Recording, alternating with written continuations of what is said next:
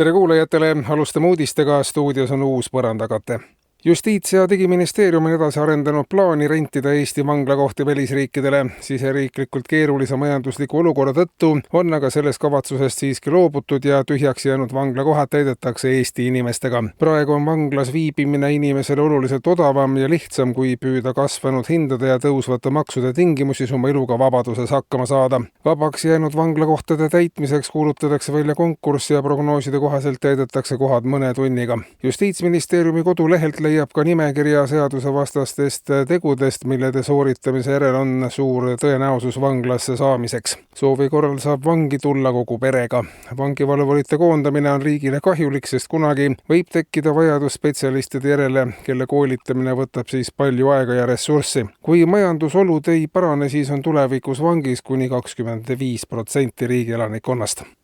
Valitsus aga on otsustanud pärast põhjalikke arutelusid loobuda programmist, mis nägi ette alkoholi kättesaadavuse olulist piiramist. Esmapilgul näib, et liigne alkoholi tarvitamine on maaelu üks suuremaid vaenlasi, kuid süvitsi minnes selgub, et joomine on põhjus, miks paljudes kohtades üldse veel elu maal alles on. Pidevas alkoholijoobes isikul on palju sellist mõtteainet, mida pole võimalik ellu viia. Kui inimene ka kaineks saab, siis tekivad tal teistmoodi mõtted ja ta hakkab liikuma sinna, kus ta neid mõtteid saab teoks teha, ehk teisisõnu, kaine inimene asub paratamatult liikuma linna suunas. Et inimesi maal kinni hoida, tuleb neile mõtteaine võimalikult odavaks teha. Kui viin on maal 3 korda odavam kui linnas, siis tekib ka palju maal elada soovivaid inimesi, märgitakse valitsuse arengukavas.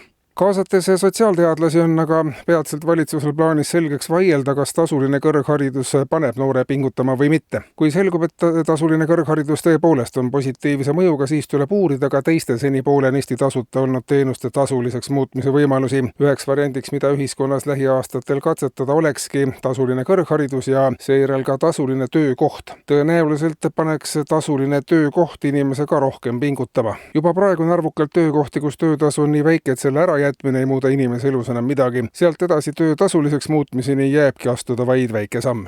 Ja välismaalt USA president Donald Trump kehtestab peatselt Ameerika Ühendriikides sõnavabaduse. See on olnud ka üks valimuslubadusi. Sõnavabadus hakkab kehtima eeskätt nende ajakirjandusväljaannete kohta, kes on seni Donald Trumpi kritiseerinud ning edaspidi nad selleks enam sõnu kasutada ei tohi. Esialgu muudetakse sõna vabaks pool ajakirjandusest ja seejärel vajaduse korral ka kogu ajakirjandus. Üleriigiline sõnavabadus tagab, et kellelgi ei ole millegi kohta enam mitte midagi öelda. Täieliku sõnavabaduse kehtestamise järel on järg täieliku mõttevabaduse käes. Eetris olid uudised.